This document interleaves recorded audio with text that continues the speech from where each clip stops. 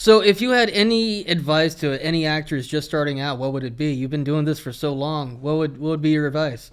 Be prepared. Be ready for when opportunity presents itself. Yeah. I was ready, I guess, when even Stevens presented itself for me. I studied, I took acting class. I majored in theater in college.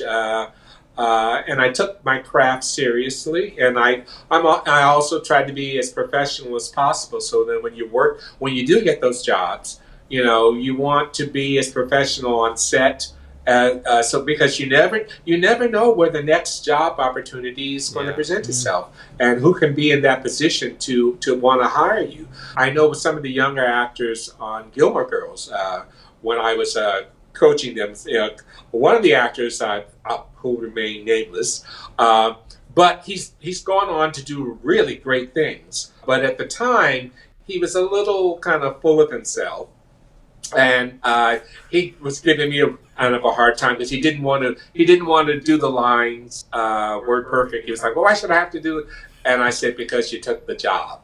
I said, "Because that's what the job calls for." And I said, as you continue in the business, you'll find there'll be jobs where they will encourage you to improv in the dialogue, that you don't have to say the lines as written. I said, and then there will be those times that you get a job where they want it exactly as written. Yeah. So I said, when you accept the job as a professional, that's what you have to do. And I was happy to see later on he was being interviewed for something, and he referred to that moment. Really? When he said, when I was on Gilmore Girls, I was immature and young, and and I didn't realize, and why they were so hard about the dialogue, and he said, but now I know and I understand. Yeah. So it seems to me like so much of you is there's such a mentor in you, and I know I personally felt that with the way that you were just always so giving in the scenes that we had together, and like you said, you were so professional every single time. I mean, you never missed a mark. Ever. Did you ever? I think you broke a couple times, but it was very rare. Very rare. They tried to get me. One time, Shia kissed me on the cheek, trying to get me to break. I did not break. You didn't break. So I said, no, stinker. You're not gonna get me. Oh man, what a great guy. It was pretty hard to get me. I tried to focus laser because if I break, that's it. Yeah, it takes me a while to get it back.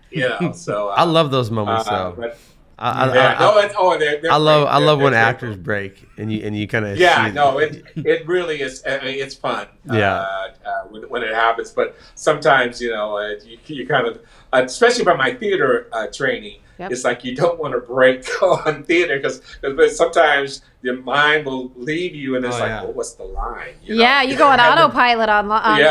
So, what's one of my favorite things about theater? I did very little, but one of the things I always loved about theater is when shit didn't go right, when things went wrong, and you're on stage, and you have absolutely no choice but to somehow make it work. You got to make it work. There's no lifeline. No, it's a wild experience because for you as the actor, you're really, really in the moment now. You're really thinking through it. And I'll never forget, I was doing, I forget what play it was. There was a door that was supposed to open that didn't open, but it was necessary. It was necessary for that door to open to lead the next line. Okay. And it was like, I can't recall how we went forward with it, but the actress was sitting on stage on the bed waiting for this thing to happen, and it never happened. And we had to kind of like look at each other and indicate with our eyes, all right, it's us, just us right now. Did you ever have anything like that where you were? Oh God, I did Cats here in LA when we had the Schubert Theater. Before that was torn down in Century City. Yeah. And I was Old Deuteronomy, the wise old cat. And at the end of the show, the tire goes up, and you're kind of like this godlike Yoda, Jesus, Santa Claus type of character. And, type of cat, you do it night after night after night, but once in a blue moon, the mind it clicks off. off, and Clicks suddenly off. it's like, what are the words of this song? And Oh. so I'm in the middle of the song, singing the song, and then all of a sudden it's like, and I'm having to make up some lyrics. Yes. Oh my Yes, God. you make them And up. you're just trying to, and I'm just. It is awkward as hell. I can still do the melody, but the words, and of course, and all of the guys, the actors, they're down looking up at me like cats, looking at, and then they're back like to this? the audience. They're looking at me and they're going. Oh, I no. love They're it. trying to They're think- pumping you on set, yeah. And I'm like, Or my on eyes stage. are like this because I'm like, oh my Like moon God. pies. Oh my gosh. But it was just like for a phrase or two, then it came back. Yeah. Oh yeah. But I'm sure it happened to you. Did it in Beauty and the Beast? Did it ever? Did you ever? God. Are you kidding me? Do you even want me to go down that road? Yeah. I did You hear. do? Yeah. Are we talking about theater? Come on, I want to hear it. Okay, theater stories are so fun. They're like war stories when you really do realize. Absolutely, I think that's what I loved about working with you too, is because it did feel like there was like a theater connection that he and I had, which I think maybe they knew that there would be sort of a good chemistry with us. And I think theater people, primarily theater people, they have an approach to things, and like we really worked well off of each other. I just know that. we did. I know that it was like Coach Tugnut and you, like you guys worked off well together too. And so I don't know what the chemistry was, but in terms of theater stories, okay, I have a funny one. So with Beauty and the Beast, there was a beautiful scene when Belle tries to leave, and he's like, "I'm gonna let you go," and they're in the garden, and she wants to see her dad, so he gives her the mirror. And when she looks at the mirror, it's her dad, and he's like hurt and he's dying or something. She's like, "I have to leave." And he's like, "Okay." And it's like a sacrifice, right? And that's how he knows he really loves her. His fucking eyebrow popped off. And I had to do this entire emotional scene with the guy's bald patch on his face. Oh, that's awesome. Okay? And I was like trying so hard Oh, to wow. like, and then I just tried to cry, and I just tried to pretend like I was crying. I was like, "I gotta go." And it was like, it was hilarious. that's hilarious. That's the worst. It's the worst. Oh, And we were in it together because I But think that's he had a what's whole so solo wild. after I left Yeah. that stage, so yeah. I hope there's video of that. I want to see that so I bad. wish there's not. Oh, it's like you're dying on stage, and you just never know. This one guy, he had this big number in Cats called the Peaks and the Pollicles, and it was like a patter song where you had and if you mess a word, you're screwed.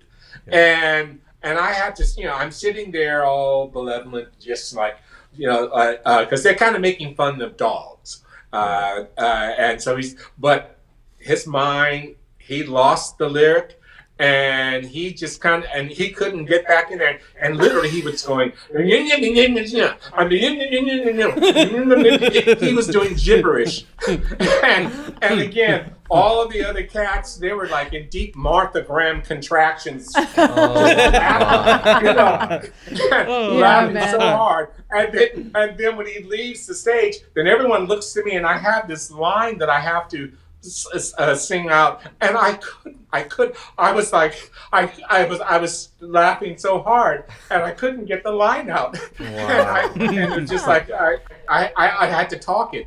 Oh It's my like, I God. couldn't sing it. It was just. It was like not coming out. and that's the beauty of theater. You just never know. Yep. No, and I think that the audience oftentimes doesn't ever catch that.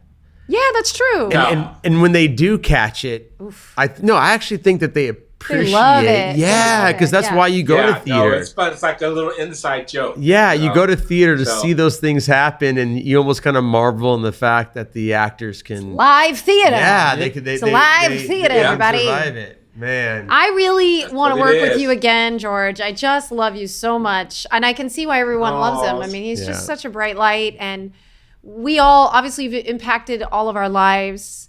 I know we primarily had our scenes together, but it just is so fun to see how happy you guys are to see him. Yeah. Yeah, we didn't get a chance to work together much, but I love that we have history even before Even Stevens, and that we're still here now. So Would you come back for a reboot? Oh yeah, I would. Yeah, absolutely. In a second. if you did, In a second, what role you would know. you want to? What role would you want to play now?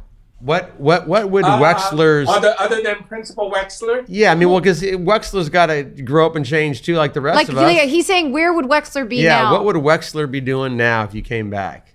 Well, Wexler, he would be superintendent. In Sacramento. We were in Sacramento. That's right, we were in Sacramento. Right, in Sacramento. He'd be superintendent of the school district there, having to deal with all of the red tape and everything and the different personalities and the politicians that you have to deal with and trying to schmooze with everyone. But yeah, he probably would be doing that and oversee the different schools, visiting the different schools. So yeah, that's probably what Wexler would be doing. I love that. Hey, thanks so much for watching this clip of Even More Stevens podcast. If you'd like to catch the full episode, go to our Even More Stevens Pod YouTube channel by clicking the link in the description. And for exclusive bonus weekly content, join our Patreon now. Just click the link below. Thanks for tuning in.